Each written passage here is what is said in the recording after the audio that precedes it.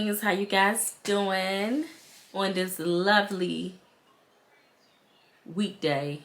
Today is Monday, so it's been a long day for me. I have been extremely tired at work, but it is what it is. I'm happy to see you guys and chat it up with you guys. Today is a sit down conversation, as you guys see in the title, and I truly believe this is a very important topic to talk about. So let's get started. Get comfortable, sit back, relax. And before I even get started, I am no therapist. I am not a doctor, nor am I a advocate of speaking about mental illness, but I just feel like it's so important in today's society because so many people deal with mental illness, when it comes to anxiety, when it comes to depression, etc., all this other stuff. So let's get started. Okay, so I know you always hear when you are, like, if I'm watching TV or watching the news, which I try not to watch the news a lot because there's so much negativity going on in today's world. It's just so sad. It's heartless people out here, and it's just so sad right now. But anyways, you see so many people are committing suicide, or they've been dealing with depression where they feel like they need to drink to suppress that pain that they're dealing with, or drugs or anything. It's just so much going on. Or if you don't see it on the news, it might be word of mouth. Someone's going through this, or they're feeling this type of way. They're down. They're isolating themselves. So I just wanted to do this sit down talk with you guys because I feel like if you are going through something mentally, I feel like you should reach out to someone and talk to someone. If it's even if you can't trust anyone, find a therapist. Find a therapist, a great therapist.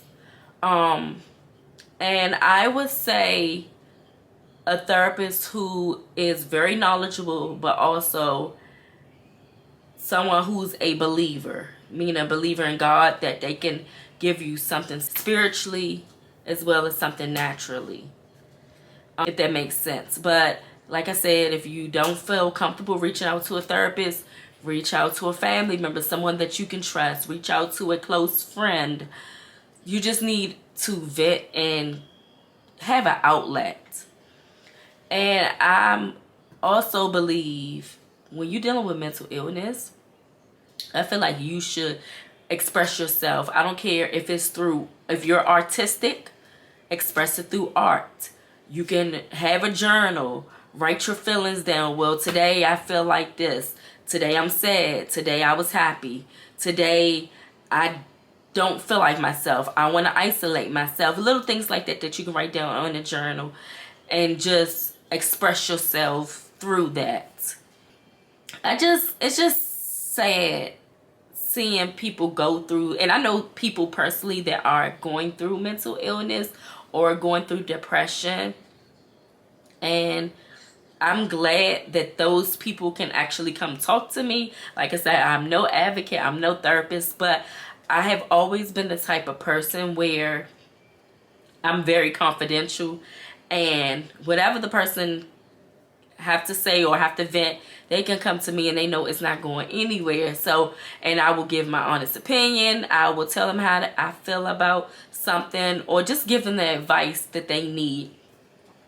So I'm thankful that I do have that, because I'm not going to tell your business to nobody. So people come to me, oh, I might be going through this. I'm depressed. I've been dealing with anxiety, or I feel this way. And so I talk to them, and what I do, I pray with them. I say, you know what, let's pray together. And that's why I wanted to do the YouTube as well, because I know you might not feel comfortable writing it in the comments below. Well, I'm going through this mentally.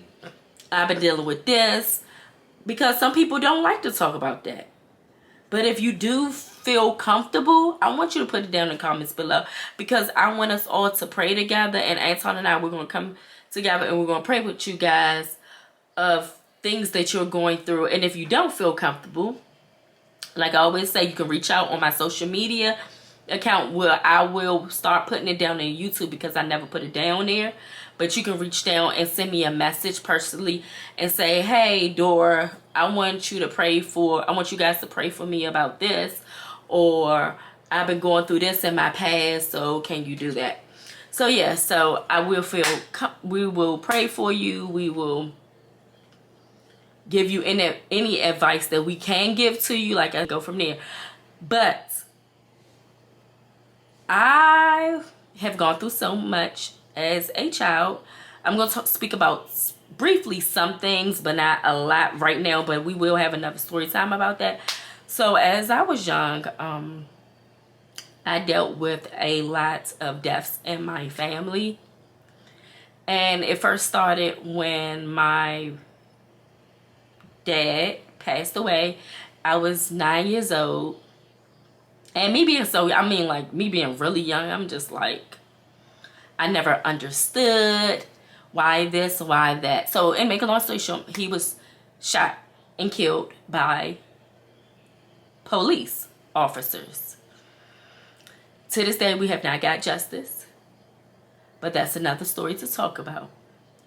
Anyways, I'll never forget, my mom got the phone call from my sister, because my older sister had called on my dad's side, and she was like, I was in the room and I heard the conversation with my mom from the other room, and I guess my sister was saying, well, you know, our dad died, telling my mom that, and my mom was like, oh boy, how can I tell her, my daughter, or whatever like that? Because I guess my mom didn't know how to, no mom would know how to tell their child, your father passed away, especially at that age.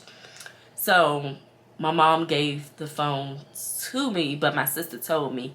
And when my sister told me, I was just like, okay, you know, I was calm. But I was more like, I guess I would say I don't express my feelings all the time, so I didn't have any emotions. So my sister was like, wow, she handled that good. But when it's crazy when it was after literally right after the funeral, my mom and I went to the store. I literally had tears in my eyes. I was crying by myself, all alone. Not literally alone, but I was crying, not expressing and showing my emotions or feelings. But I'm just crying, I'm sad, walking. My mom had no idea, but this is just how I was feeling. And I just didn't express at 9 years old. Isn't that crazy? Now I'm not expressing how you feel. So I'm just like, I'm holding it in. And as months go by, I'm in the room just crying to myself, by myself at 9 years old. Like, oh, my dad died. I don't have a father. I can't see my dad because he will never come back. And I'm looking at children in school with their parents, and I'm just like, wow, I'll never be able to experience that. I had my grandfather in my life. I had my uncle in my life. But I'm just like, it's nothing like your biological father that will never come back. So that's how I was feeling inside. And then at 9 years old, after 9 years old, I'm trying to heal. 2 years later, I was 11. No, I was 12. No, I was 11 going on 12. My close uncle passed away. He got shot. So I'm already going through grief with my dad. 2-3 years later, my uncle, my favorite uncle, which was my mom brother, and that was my grandmother son. So he got shot and he was killed. He was murdered. And I lost it. I lost it. I'll never forget. It was in the middle of the night. I was living close. My mom and us, we were living close to my grandparents. So when we lived close to them, they knocked on the door. I have to go out because my uncle was living in Baltimore. I have to go out Baltimore. Maurice just got shot. Maurice just got shot. I remember it like it was yesterday. So he got shot in the head. That next day, I literally went with my mom and everybody to the hospital out Baltimore. It was Johns Hopkins, and he had tubes all down his throat, and all you saw was, I just remember a little girl, just when he got shot in his head, all you saw was blood, the swelling in his head, because he was bald head, the swelling in his head, brains. Oh, it was just bad. I don't even want to go into detail. It was bad. So he passed. I was devastated because I'm just like, dang, I just lost my dad. I just lost my favorite uncle. All the men in my life are like leaving. Like they are gone. So it doesn't stop there, you guys. After that, a year and a half after my uncle died, a close male cousin died. Now what's crazy, my uncle was really close to my cousin that had just died. He didn't get shot or anything. It was a natural cause of my favorite male cousin. I'm just like, oh my goodness, me being so young. So now I'm 9 years old, 9 to the age of 13, dealing with grief back to back. And the male figures that's in my life. So I'm just like, oh my goodness. I'm still going through this mentally. I'm just like holding everything inside, not expressing how I feel, but I'm just crying in my room alone, or, oh my goodness, I'm dealing with this. And I didn't have anybody to talk to because I didn't know, me being young, I just didn't feel comfortable talking to nobody. I just felt like, oh, well, I can just deal with this on my own. I could not. So he passed.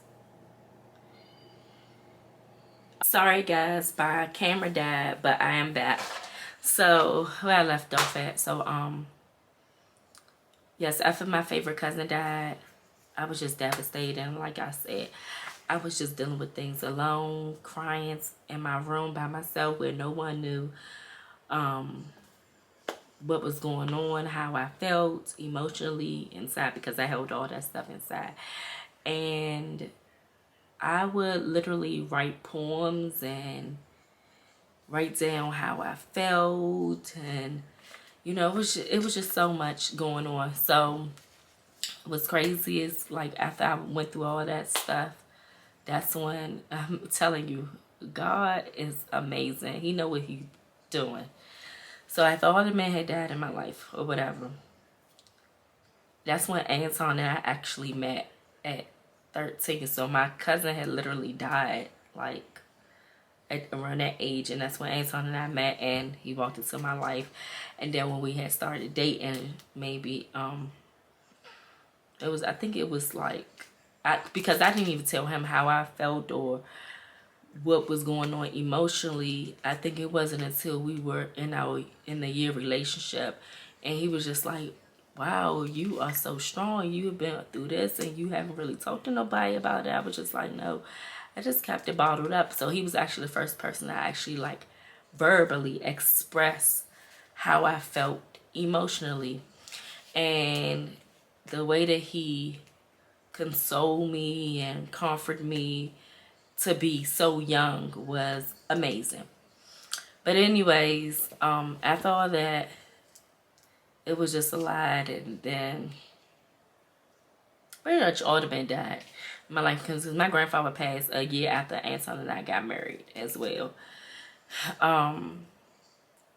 His was a sad, tragic situation where he was a diabetic and he was in a rehabilitation place where his toe was like, before he had a procedure done prior to going to the rehabilitation place, and I guess they had cut his toe or whatever like that, and the people at the rehabilitation pretty much abandoned my grandfather, and he developed gangrene, and he passed from a terrible infection of having gangrene. So yeah, that's some of the things that I've gone through in my childhood, but it's way more, you guys. But I'll tell you guys more in another story time. But I say that to say, my purpose of telling you guys this was because there are people like that does hold things in eternally. And as I got older, like I always tell my nieces and nephew, or whoever, friends, family, whatever you're going through, release it. Because if you don't release it, it can play with something, play with your mental. And you don't want to be in a situation where you feel like you can't express it, or you don't trust nobody. It's somebody that you can reach out to get that off your chest, because you don't want to keep that inside eternally, because like I said, it can affect you in the long run. And so many people like today have gone through trauma in childhood that they don't even talk about, whether you've been molested, you've been abused, verbally, physically, the list go on. You know, it's so many things that we don't know people history of why they have mental illness. And if it's not mental illness, it can always be, you can have anxiety because of health issues. Talk to someone about that. There's so much help out here that you can seek. Please, I'm just begging you guys, please talk to someone. Please. Please talk to someone. And like I said, I used to be that. I used to be that little girl that didn't want to talk about anything. I wanted to keep it inside. But guess what? I said, no, I'm not keeping anything inside. How I feel, I'm going to verbally express it, whether it's with my husband or it's somebody close that I can trust. I'm going to talk about it and express how I feel. I'm through YouTube. I told you guys I had a story time about my pregnancy, the ectopic pregnancy. What did I do? I verbally told you guys my experience, how I went through the AYZ, how it made me feel. All that. It's different ways that you can express that. And I feel like just go ahead and express it, you guys. Because I know some of you guys are dealing with it. And I just want you to be better. Feel better about yourselves, and just stay prayed up. All we can do is pray and seek for help and ask God to line up something where you can pray and ask God will bring someone in my life that I can trust to talk to, or a true therapist to seek. You know, things like that. You can just pray about it and ask it, because one thing for sure, I know my God answer my prayers. It's been a lot of things that I've prayed for over the years, and a lot of it have came to pass. So, yeah. But I just wanted to talk to you guys about this. I'm definitely doing a part 2 of mental health, because I didn't cover everything that I want to talk to you guys about. But this is why it's part 1. Okay, make sure that you like, comment, and subscribe. Hit that notification bell so that you guys can get notified each and every time I upload a video. I'm hot, y'all. I'm talking, I'm chatting it up with you guys. I'm real tired and hot. But yeah, thank you guys for tuning in. I love you guys. Remember, seek help. Don't hold that stuff inside. Okay? Promise me that. And this is why I wanted to come on here and talk about it, because I asked you guys, what are some things that you guys want me to talk about, because I want to do more story times. I want to do more intimate sitting, talking to you guys. So some people, actually a few people, put in messages mental health. So this was like one of the main topics that multiple people wrote me in my message. I love you guys. Peace. 'Cause if your love was all I